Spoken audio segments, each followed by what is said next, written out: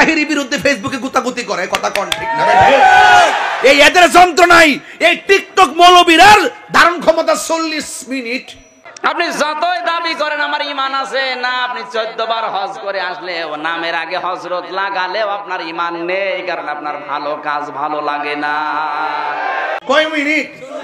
40 minute. গরিব কাটার বাচ্চা সালাম তো নাই, যিনি মুখস্থ করে এইটি শেষ হয়ে যায়। এই টিকটক মৌলবীরা ধারণ ক্ষমতা হলো 40 মিনিট। হ্যাঁ, এরা আইসা ফেস লাগাইবো। এই টিকটক মৌলবীদের যন্ত্রণায় ফেসবুকটা আহত, ইউটিউবটা নিহত, গুগল পুরো আইসিইউতে আছে। এই টিকটক মৌলবীরা যখন টুকটাক কথা কইয়া আনোয়ারা চট্টগ্রামের মানুষের ঈমান ধ্বংস করে, এদেরকে ঠিকঠাক করতে গেলে তাহিরের মতন বক্তার দরকার আছে, কথা কয়।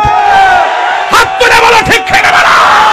এই মৌলবীরা আসেনি যারা নবীর ইলমে গায়েব মানে না, যারা নবীকে নূর মানে না, যারা নবীর শাফাত মানে না, এরার যন্ত্রণায় ফেসবুক পুরো অতিষ্ঠ।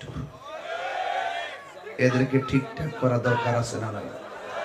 হ্যাঁ, একটা কথা আছে, এই যে এই একটা দামি কথা কইছে, এই বাজানে জানাজার নামাজের পরে দোয়াও মানে না।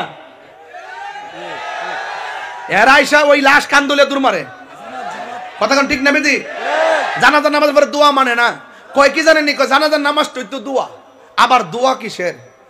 আমি কিন্তু সকালবেলা খালি আবার দুপুর কাজ কিনলে একবার খালি তো চলে, দিনে একবার খালি তো চলে, দুপুর কাজ কিনলে গিয়া দুয়ার মধ্যে কি কোনো সময় আছে? উদউনি আস্তাজিব লাকুম, তোমরা আমাকে ডাকো আমি তোমাদের ডাকে সাড়া দিব। ফাইজা ফারাগতা ফানসাব, এইগুলো তাফসীর তারা বুঝে না, এগুলো অর্থ তারা বুঝে না। যাক বাদ দিলাম। ওরা বলে জানাজার নামাজটাই নাকি দোয়া। আমি বললাম যে আরে মৌলবী, জানাজার নামাজটা দোয়া কেমনে? আরে বাবা কয় এটাই দোয়া। এটা যদি দোয়া ও তাহলে পশ্চিম দিক দা ফিরুস কি লিগা, উত্তর দিক দা ফিরাফর, দক্ষিণ দিক দা ফিরাফর, পূব দিক দা ফিরাফর, পশ্চিম দিক দা ফিরাফর। দোয়ার জন্য দিক শর্ত না, নামাজের জন্য দিক শর্ত। ওয়াজটা বুঝছেন কিন্তু? ওয়াজটা নামাজের জন্য দিক শর্ত, চেয়ারম্যান সাহেব, দোয়ার জন্য দিক শর্ত না। আমি যে এটা কি পশ্চিম না উত্তর? পূর্ব। এখন লাশ এদিকে পিছনে না, লাশ কেন থাকতো না? আমি এমনি কম আল্লাহু আকবার, আর এটা কম এমনি আল্লাহু আকবার কইব না, হবে না। জানাজার নামাজটা যদি হারা দোয়া, দোয়া তো সব দিতে ফিরি করুন যা। সলাতিল ফাজরে না, সলাতিল ফাজরে, সলাতিস জুহুরে, সলাতিল আসরে, সলাতিল মাগরিব, সলাতিল এশা, সলাতিল তাহাজ্জুদ, সলাতিল আওয়াবিন, সলাতিল ইস্তিসকা, সলাতিল ঈদুল ফিতর, সলাতিল ঈদুল আজহা, সলাতিল মারিদ, সলাতিল জানাজা। সব নামাজের সময় সলাতিল আসর, সলাতিল ফজর, সলাতিল মাগরিব, সলাতিল এশা, ইস্তিসকা, আওয়াবিন, তাহাজ্জুদ, চাস্ত, সব নামাজের সময় সালাত সালাত সালাত। আর ওরা জানাজার নামাজটা দেওয়ার পরে কয় এই দিবিলে দোয়া। এই দরকার নাই, তুই বসেন, আপনি বসেন। হ্যাঁ বসেন। ভালো কাজ সবার কাছে ভালো লাগে না? কত দাড়িওয়ালা মানুষ পর্যন্ত এখন ভালো কাজে বাধা দিচ্ছে। এই সিলেটে মাহফিল ছিল মাওলানা মিজানের, একটা দাড়িওয়ালা হুজুর যে রিপোর্ট দিয়েছে থানায় যে মাহফিল বন্ধ করা লাগবে না, আমি স্ট্রাইক করে মারা যাব।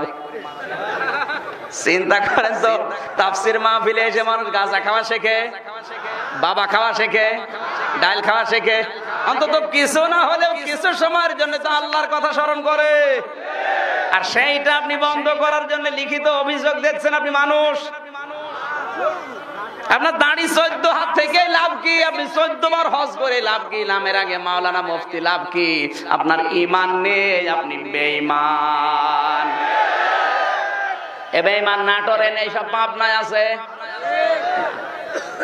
নাটোরে নেই কারণ নাটোরে আমার বাধা নেই, যত বাধা পাবনায়, যত বেঈমান আল্লাহ পাবনায় দিয়েছে। তার মানে খারাপ কাজ যাদের কাছে খারাপ লাগে না, কষ্ট দেয় না, বুঝতে হবে ও নামাজ পড়তে পারে, ওর দাড়ি মুখে থাকতে পারে, হজ করতে পারে, ওর ঈমান নেই, ও বেঈমান। এ দোষ তো দেখছে এখন আল্লাহর না, এ দোষ কার বলেন? আজ আমরা কাঙ্ক্ষিত মানের মুমিন হতে না পারার কারণে এই বেঈমানদেরকে দিয়ে আল্লাহ পৃথিবী চালাচ্ছে। আমি যদি এনারে বলি ভাই 500 টাকা দিলাম, ও চাচা 500 টাকা দিলাম, আপনি একটা ইলিশ মাছ কিনে নিয়ে আসেন নাটোর থেকে, ওনার সব ভালো, চেহারা দাড়ি সুরাত সব ভালো, কিন্তু মাথা একটু ডিস্টার্ব আছে।